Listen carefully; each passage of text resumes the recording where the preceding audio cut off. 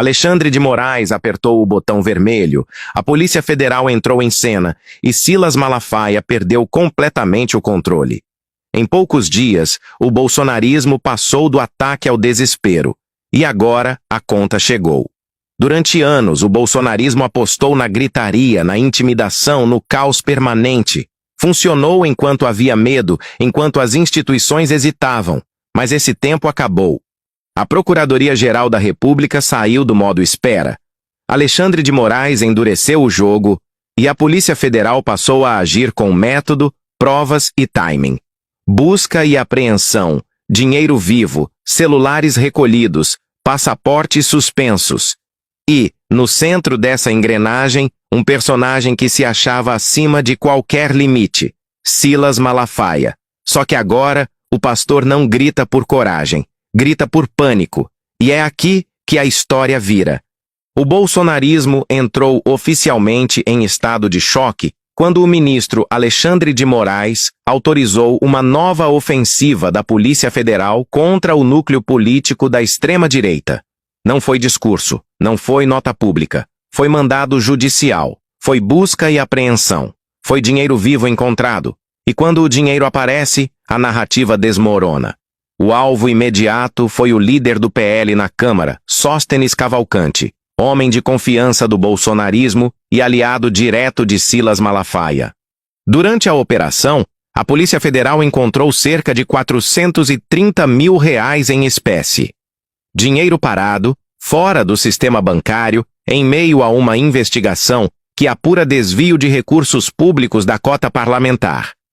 Mas o que realmente chamou atenção não foi só o dinheiro, foi o desespero. Malafaia reagiu como quem sente o chão sumir. Chamou a operação de inventada, disse que era uma tentativa de pescar informação. Gritou perseguição política, falou em censura, em Venezuela, em ditadura. O velho manual do bolsonarismo. Só que dessa vez não colou. Porque não estamos falando de opinião. Estamos falando de investigação formal, com aval da Procuradoria-Geral da República e do Supremo Tribunal Federal. E aqui aparece o primeiro grande detalhe que a base bolsonarista tenta ignorar. A PGR não se move por impulso. Quando avança, é porque há lastro. E segundo investigadores, o lastro contra Malafaia é pesado. Pesado demais.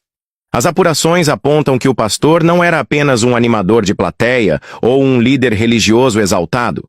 Ele atuava como operador político. Criava narrativas, organizava ataques, orientava estratégias de pressão institucional e coordenava a produção e disseminação de conteúdos contra ministros do Supremo. Alexandre de Moraes foi direto ao classificar esse tipo de atuação como conduta equiparada às chamadas milícias digitais. E essa comparação muda tudo, porque milícia digital não é xingamento. É método. É organização. É divisão de tarefas, é intenção clara de coagir, intimidar e constranger autoridades para interferir no funcionamento do Estado. E quando isso fica caracterizado, deixa de ser liberdade de expressão, passa a ser crime. Mas tem um ponto ainda mais explosivo que pouca gente teve coragem de dizer em voz alta. As investigações indicam que Malafaia orientou diretamente Jair Bolsonaro e Eduardo Bolsonaro em ações que podem configurar obstrução de justiça e tentativa de coação institucional. Conversas extraídas do celular do ex-presidente mostram o pastor sugerindo estratégias, celebrando retaliações econômicas e defendendo o uso de sanções internacionais como instrumento de chantagem política interna. Sim, chantagem.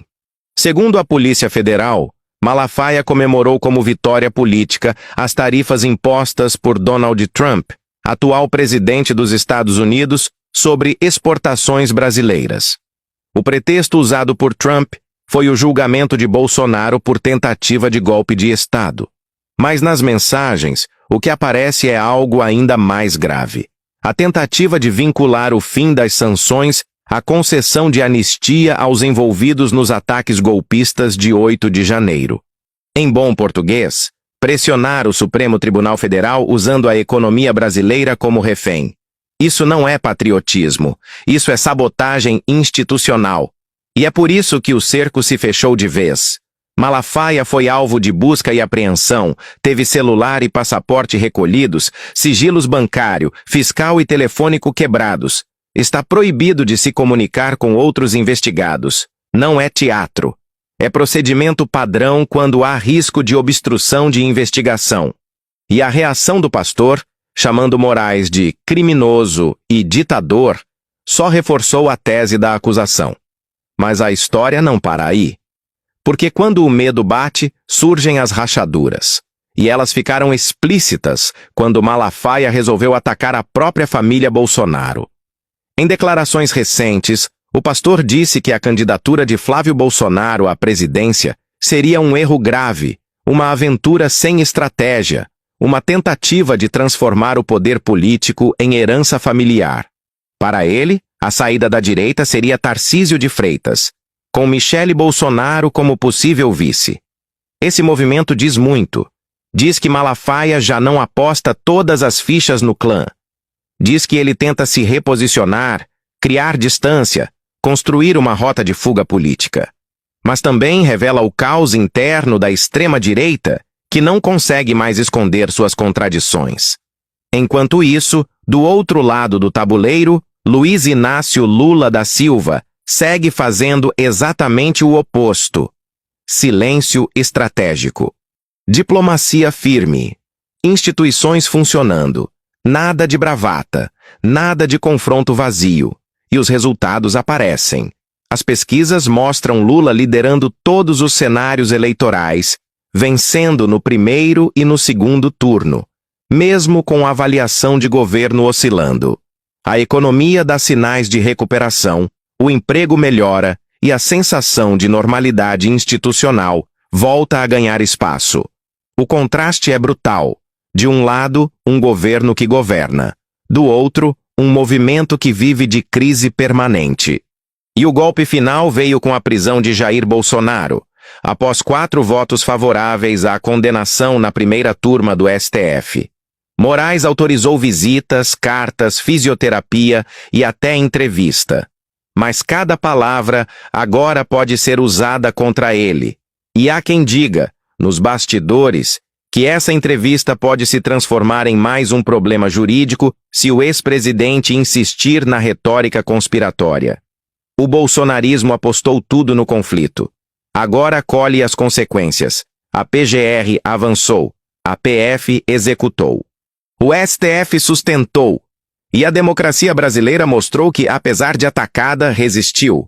No fim das contas, não era censura. Não era perseguição. Não era Venezuela. Era a lei funcionando. E quando a lei começa a funcionar, quem vive do caos entra em pânico. Curta e comente se você acha que agora o cerco fechou de vez.